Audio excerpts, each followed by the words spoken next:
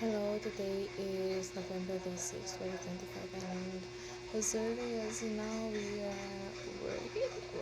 Yeah, you know, I'm kind of worried about the upcoming super typhoon that will directly hit our province. We are directly in its path, and it's gonna be, I don't know if it's gonna be one of the most destructive, strongest, and most terrible super typhoons in the world this year, or in the world, because last 2013 we have already experienced one, so we don't want that to happen again.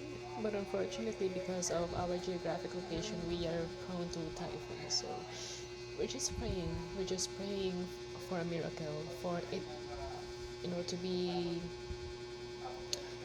for it to disappear, or maybe to weaken or something, because we don't want the same damage. I mean, who would want some damage? And by the way, I just want to share you my first official-ish, in quotes, drawing in Canva. Yeah, I made that. It's El Pollo Pio, and I believe it is popular. The El Pollito phenomenon is popular in Latin America. So, El Pollito Pio. Hola, soy El Pollito Pio. Anyway, so I don't know if I'm gonna survive the typhoon. So maybe that is why God gave me this devotional, this verse, to serve as a warning, to serve as a reminder for me and for all of us Christians as well. Before we die, I hope that we have done the things that we should do as Christian, and that is to share the gospel to every people in the world.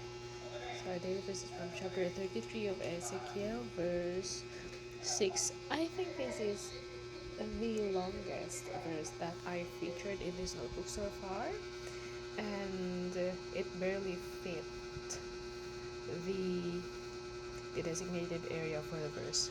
So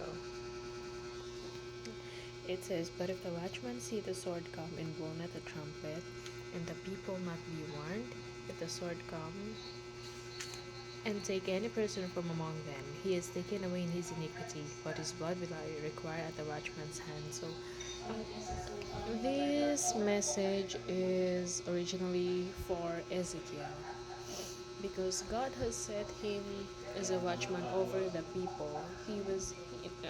Remember, he's a prophet, so his ministry is to warn the people, is to preach the gospel to all the people, because let us remember, the people are already hard-headed, and they won't listen.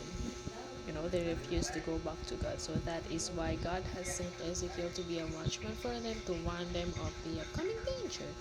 And that is us as well, because we are also here to warn the others. That is why we are safe. We are safe to serve. And our number one priority, our number one service should be preaching the gospel, sharing the gospel to other people as well, so they can be warned, and that they won't be going to hell.